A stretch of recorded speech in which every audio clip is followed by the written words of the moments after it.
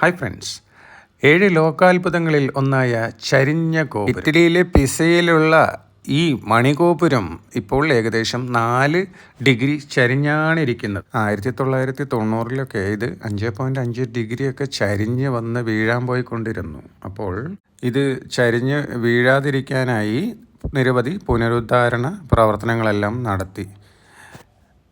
ഏകദേശം 20 വർഷത്തോളം ഇതിൻ്റെ ചുറ്റും സ്കാർഫോൾഡിംഗ് ഉണ്ടായിരുന്നു. അത് 2011 ആകുമ്പോഴത്തേക്കും പൂർണ്ണമായി നീക്കി. ഇപ്പോൾ പൂർണ്ണമായ വിസിബിലിറ്റി ദൂരത്തേക്ക് കിട്ടും.